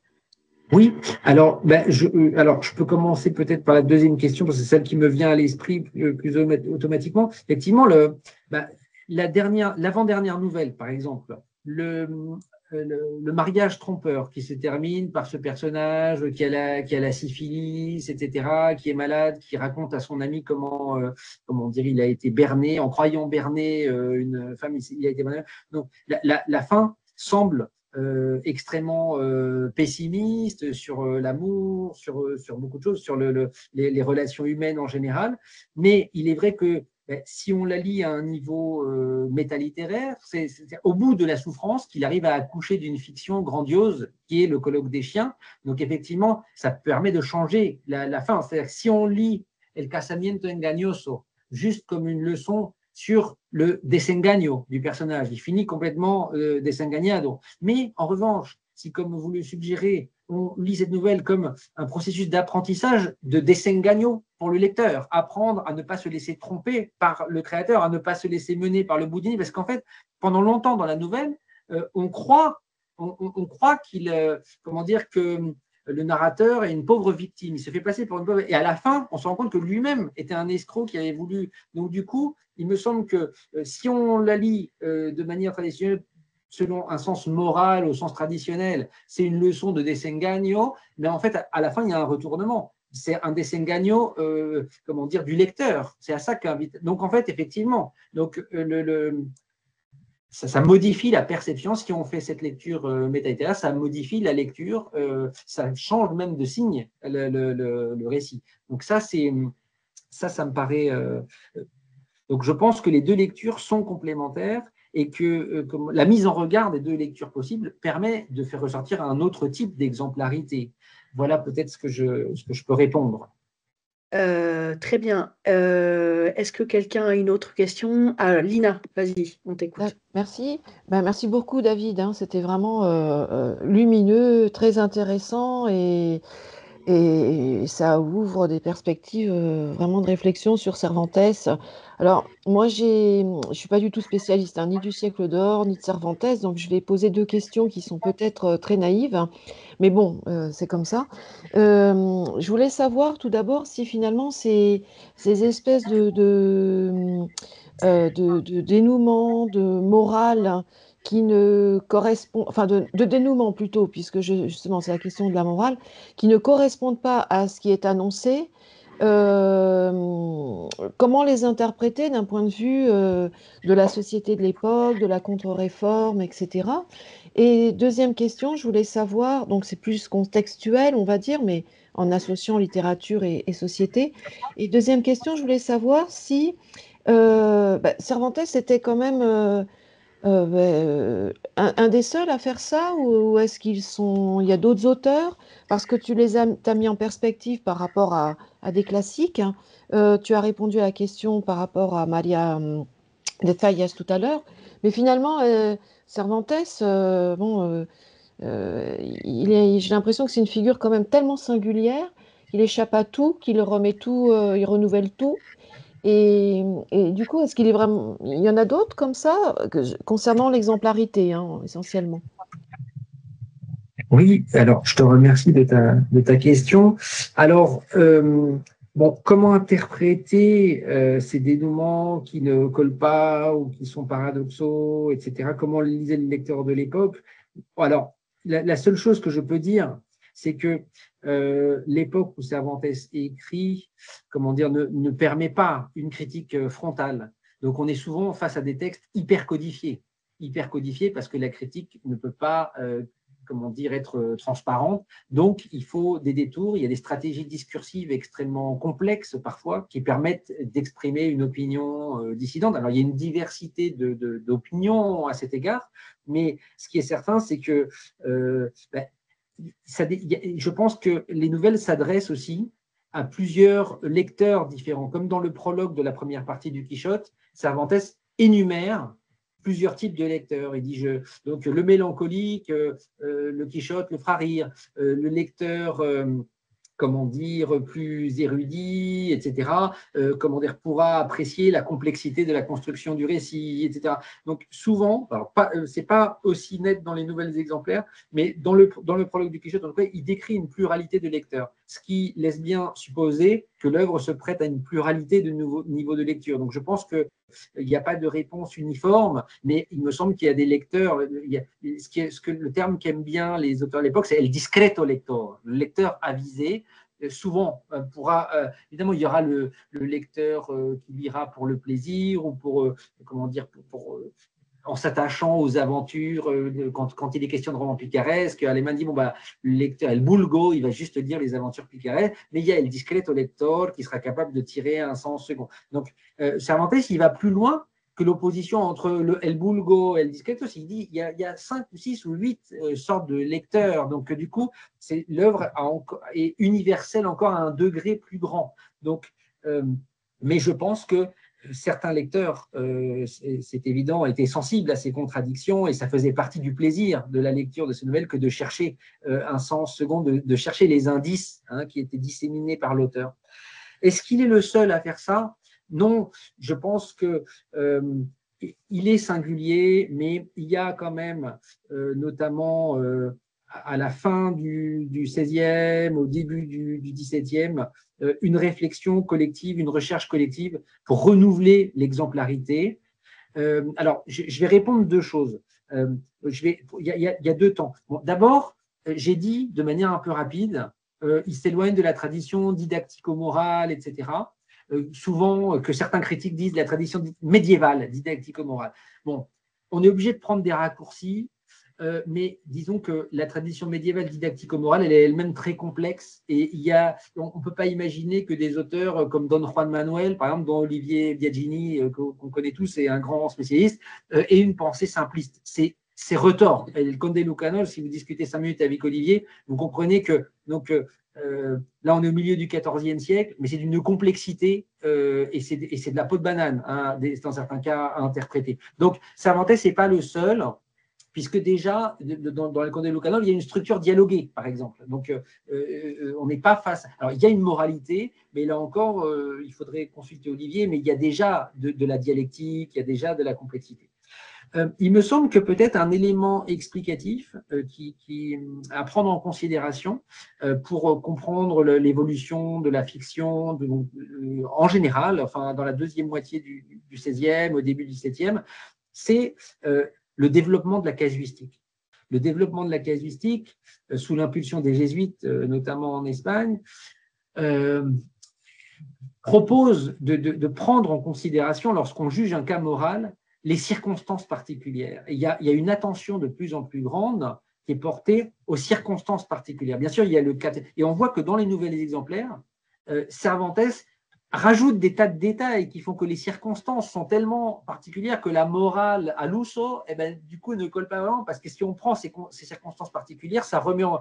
Et sans cesse, il va ajouter des détails qui font que le jugement que l'on était en train de former sur la nouvelle va être bouleversé par une nouvelle circonstance particulière et il fait ça de manière virtuose. Et d'autres auteurs, Matteo Aleman, même si il est plus dirigiste dans sa manière de s'adresser au lecteur, même si le narrateur alémanien est plus dirigiste, il s'amuse de manière virtuose à introduire constamment une nouvelle circonstance particulière qu'on n'avait pas, une donnée qu'on n'avait pas. Et pour moi, tous ces auteurs sont obsédés par un questionnement autour de la possibilité de bien juger. Est-ce qu'on peut bien juger d'une situation? Alors bien sûr, ça s'implique au domaine religieux, la question de la confession, etc., et en arrière-plan, mais évidemment, ça déteint, ça imprègne la littérature. C'est comment bien juger? Est-ce qu'on peut bien juger? Est-ce qu'on a toujours assez d'éléments pour juger correctement?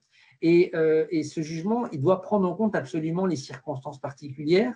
Et c'est pour ça qu'il me semble qu'il se dégage d'un certain nombre de nouvelles exemplaires ou même de certains d'autres récits de l'époque, même chez Matteo Aleman, il y a quand même la notion de moindre mal. Où est le moindre mal? Il y a des fois, entre deux mots, il faut essayer de choisir le moindre mal. Donc là, on s'éloigne d'une vision, disons, où il y aurait vraiment…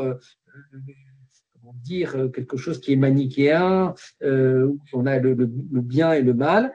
Il y a vraiment l'exploration des arcanes de la société, des différentes moralités du mal, conduit quand même à la conclusion implicite qu'il n'y a que du moindre mal, en fait. Et je crois que autant Cervantes que Matteo Alemann, même si Cervantes est peut-être celui qui va le plus loin, hein, c'est peut-être lui qui va le plus loin, mais il est quand même un peu l'arbre qui cache la forêt. Et même chez Avellaneda, dont je parlais tout à l'heure, où il y a du dirigisme, il y a des éléments, il y a quand même des failles. Et on se demande dans quelle mesure ces failles ont été mises à dessein par l'auteur pour problématiser quand même le récit. Par exemple, dans la double nouvelle finale, si on compare par rapport aux sources, donc quand j'ai parlé du texte d'Avellaneda où l'ermite dit c'est moral, Dieu les avait bien avertis, etc.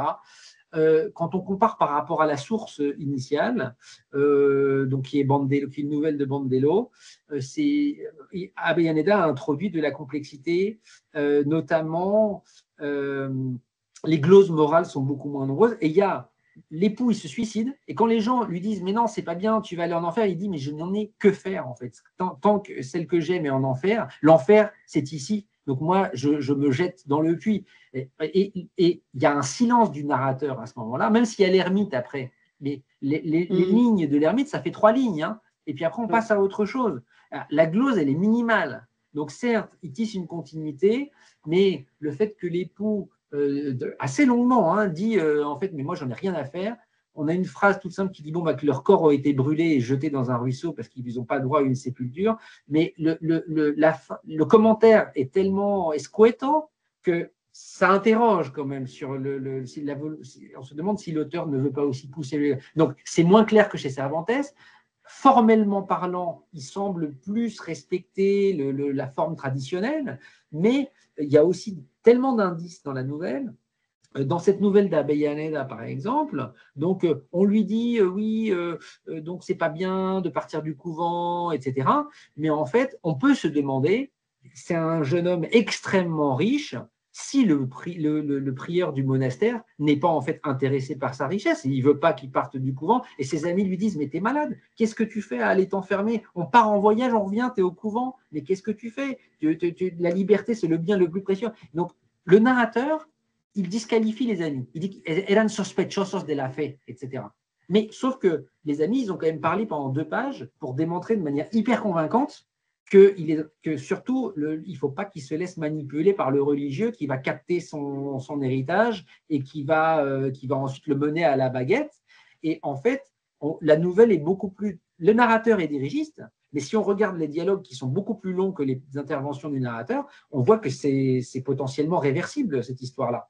Donc, on voit bien que Avellaneda, formellement, il adopte une forme, extérieurement, il adopte une forme d'exemplarité qui semble plus traditionnelle, mais même là, il y a du jeu, il y a quand même une problématisation des vocations imposées, notamment. Est-ce que finalement, vu qu'en plus il est un excellent père de famille, etc., dans toute la nouvelle, c'est un excellent père de famille, celui qui est ça. Donc ça veut dire qu'il n'était pas fait pour la vocation religieuse, si c'est un merveilleux père et un merveilleux père de famille. Donc, quelque part, il y a une certaine réversibilité aussi. Donc, Cervantes, c'est lui qui va le plus loin, mais il fait partie d'une réflexion plus collective, même s'il y a des tendances plus avant-gardistes, d'autres plus conservatrices ou plus continuiste par rapport à la tradition. Bon, donc Cervantes n'est pas complètement un ovni. Ok. Non, contrairement à ce qu'on pourrait penser, c'est pas complètement un ovni. Non, non. Bon. Alors moi, même je vais… Oui. Ah bah oui, non mais David, ne t'inquiète pas, ne t'inquiète pas. On a bien compris quelle est ta religion. Ton panthéon des idoles, bon. Donc moi, je vais te poser 2 questions techniques et une question, c'est une phrase que tu as dite au vol et que j'ai attrapée en me disant, mais c'est bien sûr, comment n'y ai-je pas pensé avant? Donc tu m'as agacée là, tu vois?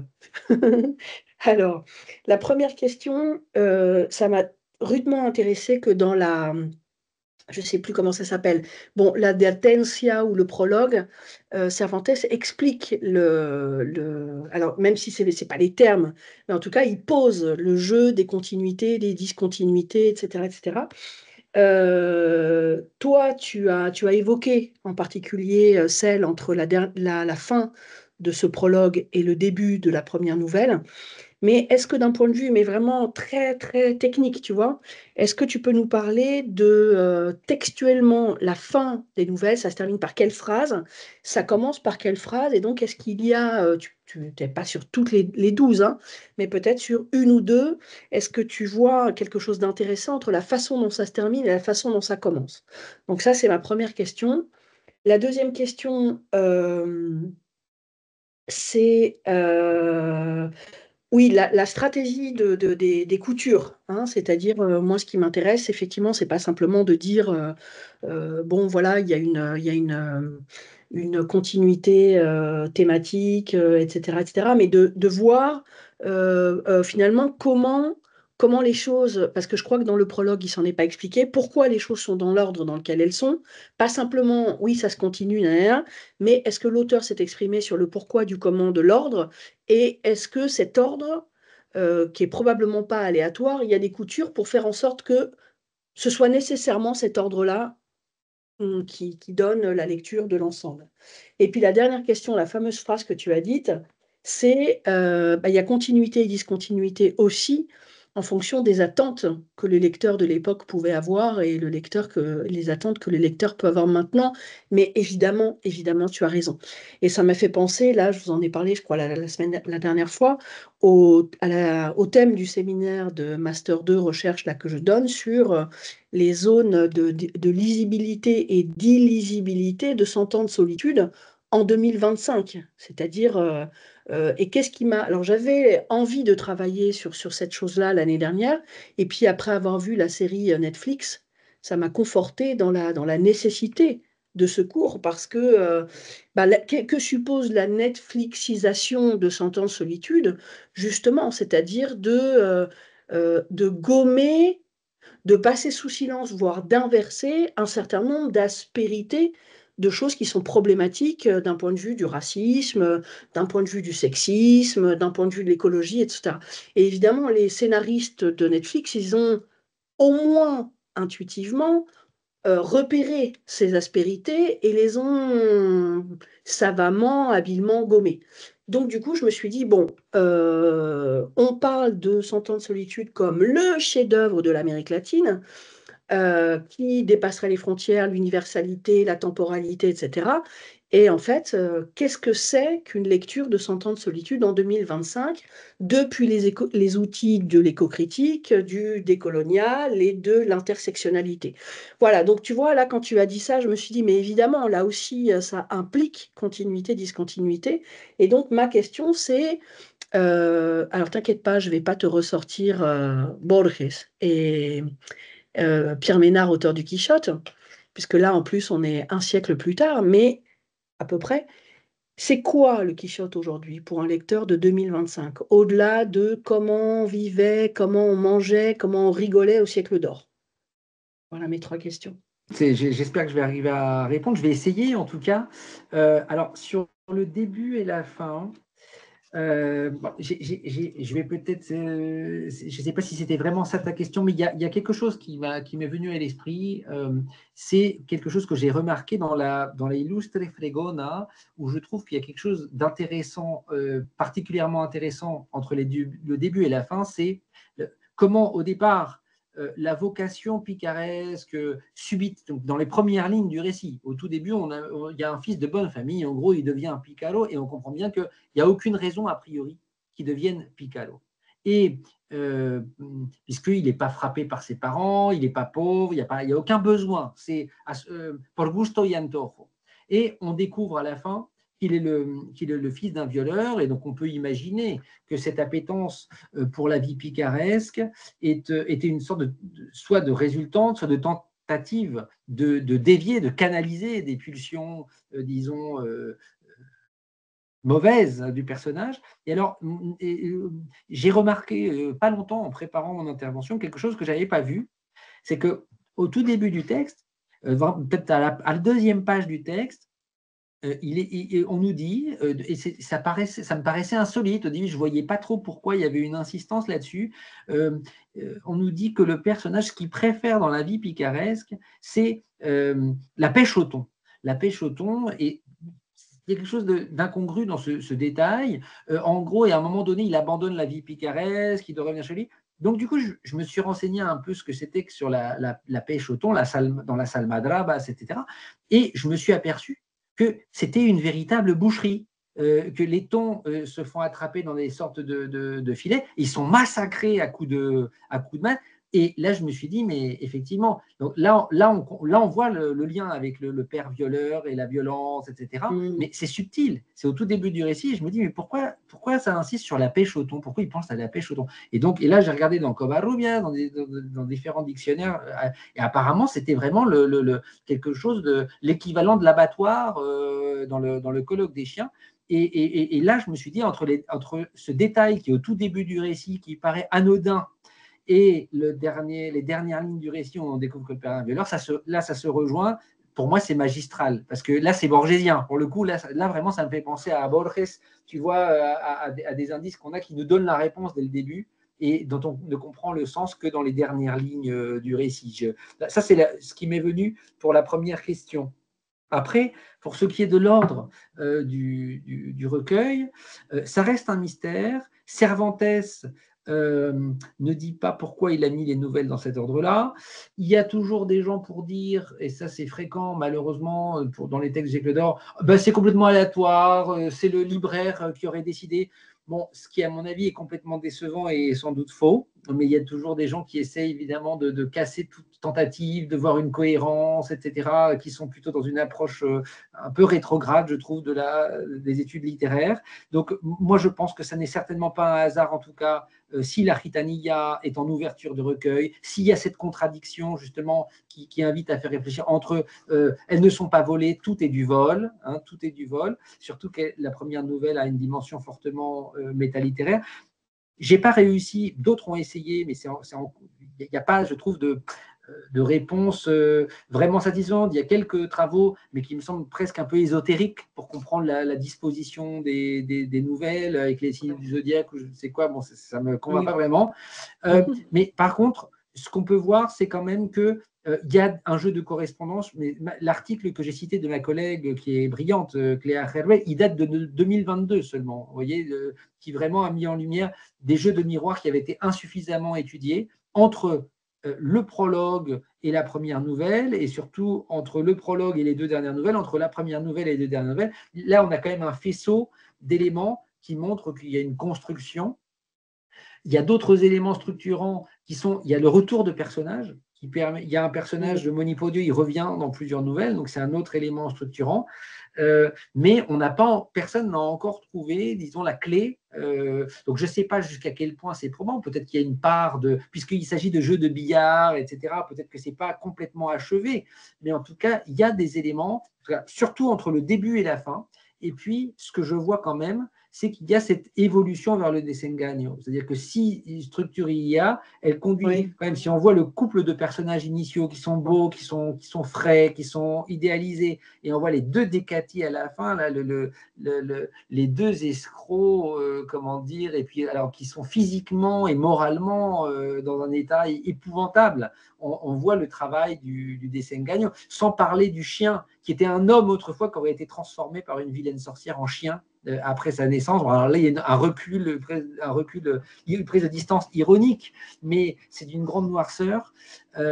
Donc, il y a quand même cette évolution vers le desengaño, mais qui, à mon avis, voilà, il ne faut pas en rester à un desengaño classique, moral, mais c'est aussi le desengaño du lecteur. Il y a une sorte de virtuosité aussi dans l'effort qui est demandé au lecteur d'interprétation, de décryptage d'un sens second. Et alors, pour la dernière question, sur le décalage entre les attentes de l'époque et les attentes aujourd'hui. Oui, et puis du coup, tu vois, moi, tu vois, en rapport avec quoi j'y pense, avec mon « qu'est-ce que 100 ans de solitude en 2025 ?» je te dis, qu'est-ce que et qui est Cervantes, et même, j'ai envie de dire, le Quichotte. Cervantes, c'est pas très important. Qu'est-ce que le Quichotte en 2025? Est-ce que c'est comment on vivait au siècle d'or? Comment est-ce que finalement les grandes architectures de la narratologie, les grands principes, les grandes techniques de la narratologie étaient en train de se mettre en place? Donc, est-ce que finalement on le garde comme une espèce de mode d'emploi de la métatextualité, de enfin bon, tout ce dont on a parlé 1000 fois dans ce séminaire, ou je ne sais pas, ou une traité de pensée, ou je ne sais pas. Ben, pour moi, c'est plusieurs choses à la fois, mais ça c'est très subjectif, mais c'est d'abord une œuvre qui accueille tous les lecteurs, et ça c'est pas si fréquent. Il y a beaucoup d'œuvres qui ont une dimension un peu aristocratique, disons en tout cas, ou qui peuvent être perçues comme telles. Je pense que c'est une œuvre qui encore aujourd'hui accueille à bras ouverts tous les lecteurs, n'est pas excluante, n'exclut aucun type de lecteur. Et Cervantes lui-même, ça il l'a pensé dès son prologue en disant, on peut le lire, il y a le lecteur qui va juste rigoler en disant venga más Quijotadas, et ceux qui vont aller chercher plus loin. Donc c'est d'abord une œuvre accueillante pour tout lecteur, et c'est effectivement aussi, comme tu le dis, pour moi peut-être l'un des meilleurs exemples, une meilleure illustration si on veut le réactualiser, de ce qu'est la transfictionnalité. De ce qu'est la transfictionnalité, pratiquement toutes les modalités de la transfictionnalité sont présentes dans le texte. C'est une œuvre qui irrigue aussi après toute la culture hispanique, donc c'est une matrice, c'est une véritable matrice dans tous les sens du terme. Alors le problème que tu soulignais à juste titre, c'est effectivement que on peut être gêné par certaines scènes ou certains discours. On n'a pas envie de penser que Cervantes a pu ne pas être comme nous, ou sur la même ligne que nous, qu'il a pu être un homme de son temps. Donc c'est effectivement, mais je pense que l'œuvre est suffisamment, riche, discontinue dans le meilleur sens du terme, etc., pour qu'elle puisse nous parler aujourd'hui. Elle a été écrite par un homme du XVIIe siècle, même je dirais du XVIe siècle, parce qu'il est né en 1547, hein, donc du coup, Ouais. il est bon. Et donc, mais je pense qu'elle est suffisamment dialectique, même s'il y a des choses qui peuvent nous heurter, elle est suffisamment dialectique, polyphonique, polysémique, pour qu'elle nous parle aujourd'hui. Et quelle que soit la porte d'entrée de départ, si c'est par une BD ou par un film au départ, tant pis si c'est ça. Ou moi, mes enfants, c'est des dessins animés à la base, donc quelque chose d'une vieille série qui date de la fin des années 70. Mais l'important, c'est d'y rentrer d'une manière ou d'une autre. Et voilà, donc pour moi, c'est tout ça à la fois. Pour moi, c'est une véritable matrice, et qui permet d'ouvrir des clés, qui donne des clés pour interpréter tout ce qui est venu ensuite. Et donc voilà, ça donne un supplément de sens aux œuvres suivantes. Ces pauvres enfants des siglodoristes qui te font regarder des dessins animés du Quichotte. Alors, il est sympathique, ce dessin animé. Alors, oui, je le connais, il est très bien. Cécilia, toi qui veux, la pauvre Cécilia, elle a un petit garçon qui est né en France et qui du coup ne parle pas espagnol. Et donc, si tu veux l'hispaniser un peu, t'as qu'à lui faire regarder le dessin animé. Dernière macro question, parce qu'après il faut que je file. Il y a les gens de la Sofia qui m'attendent au Colegio d'España. Mais toi, pourquoi tu l'aimes? Pourquoi je l'aime?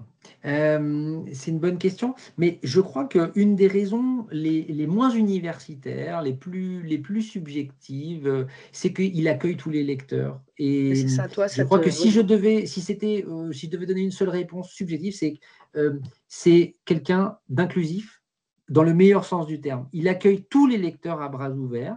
Et il n'y a pas beaucoup d'écrivains qui sont capables de faire ça. Et pour moi, c'est peut-être l'une des plus grandes qualités de Cervantes. Il accueille tous les lecteurs. Tous les lecteurs sont bienvenus. Il n'exclut personne. Et ça, et ce qui n'empêche pas ensuite d'avoir des niveaux de sens extrêmement élaborés, de construire des sens très élaborés. Mais tous les lecteurs sont bienvenus.